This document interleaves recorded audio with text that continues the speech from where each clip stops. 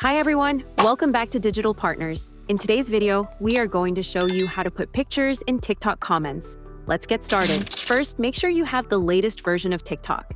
Go to the App Store or Google Play Store, type in TikTok, and if you see the update button, tap on it to install the latest version. Now open TikTok and go to the video where you want to add a picture in the comments. Tap on the comments section, and you will see at the top that some people might have already added images. Tap on Add Comment.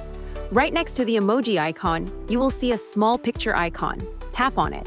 If this is your first time, TikTok will ask you to allow access to your photos and set it to Allow Full Access.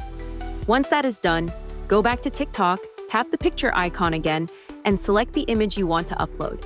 You can also add some text if you want, and then press Send. And that's it. Now you know how to put pictures in TikTok comments.